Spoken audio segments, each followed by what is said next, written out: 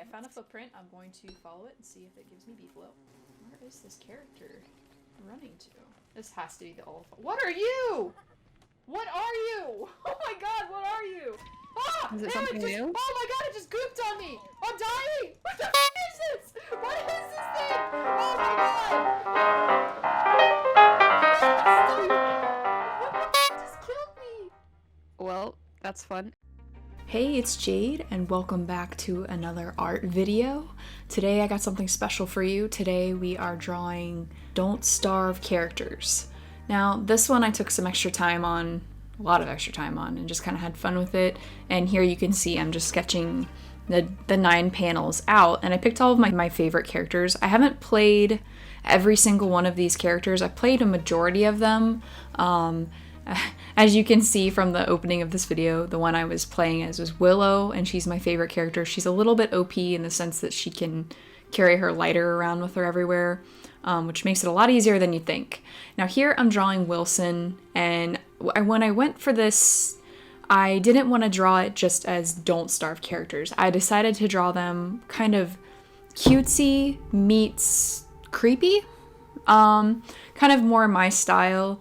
And you can see that here with Wilson with the big, happy eyes. I made his hair a little bit more curved instead of jagged. And I also added Chester in the background and some trees and a bush just to give it a little bit more than just drawing the character. And you'll see that I tried to do that with all of the panels. There was a lot of adjustments to the different shadows and line work, and it took me a while to really get used to it. Here you can see I'm drawing Willow, and it took me a long time to figure out how I wanted to draw the flames. I went more Don't Starve style. I at first made them a little more organic, but Don't Starve flames are a little bit more jagged. And you can see here that her pigtails are a lot more curved and a lot cutesier style.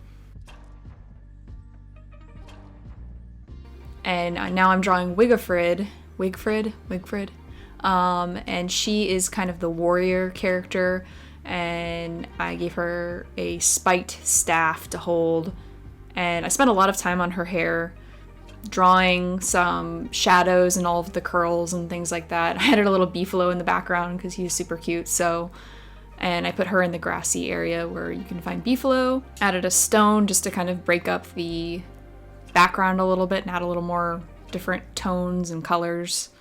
And all of their skin tones are like a purplish pink, kind of like a grayish color.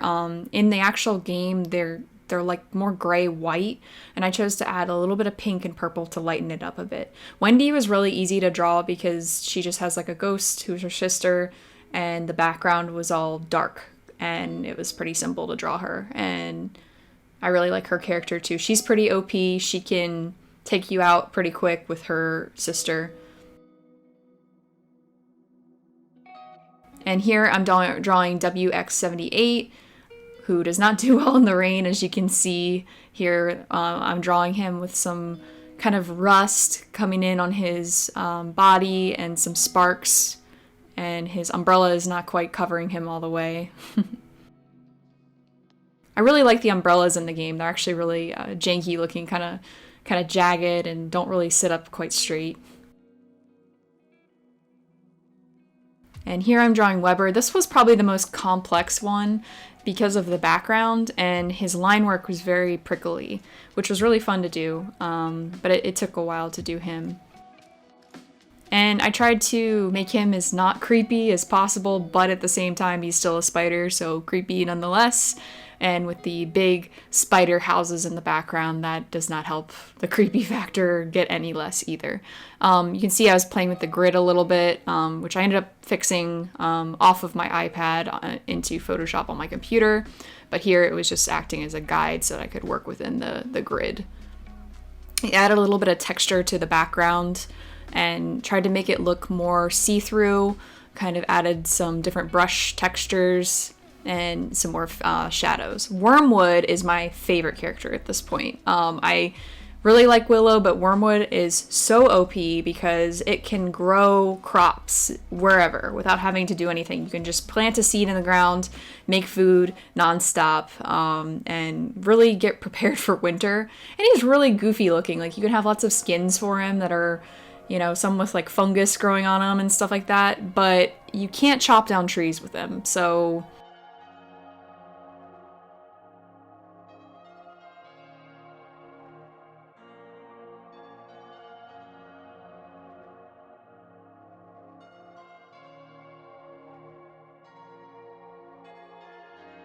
here I'm drawing Wartox, and he was kind of fun to draw because, again, it was really simple with the background, kind of like Wendy. It's all dark. However, this I took a little bit of a twist and added some creepy eyes and some like red veins, kind of to signify whenever your character gets hit at night, these like creepy veins pop up to signify that they're getting hurt. I've never played as this character before, so I don't know a whole lot about him. I know he can teleport, and I think he isn't as afraid of things at night.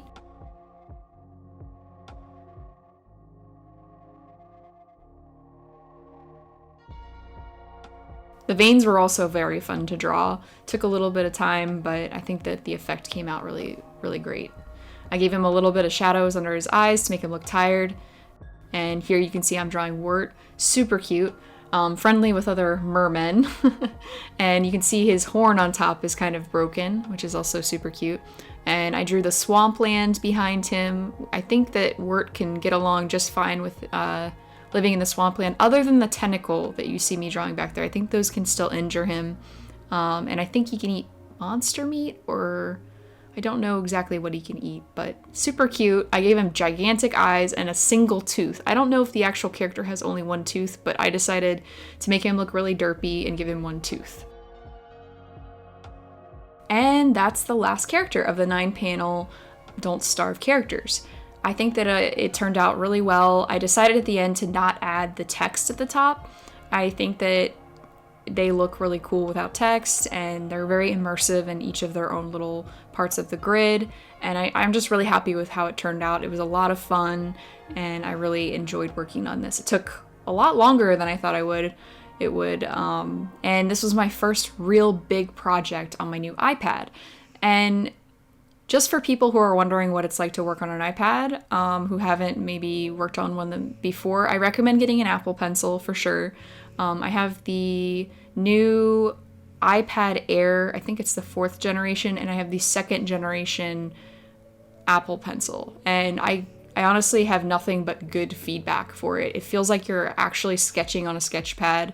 And some people like to get textured covers for it that kind of make it feel more like paper, but to me, if you can get past the sound of tapping on glass when you're actually drawing, I think that with about an hour of drawing on it, sketching, because of the different brushes you can use in Procreate, it feels almost identical to drawing on a sketch pad. There is a learning curve with the different tools and functions of the program.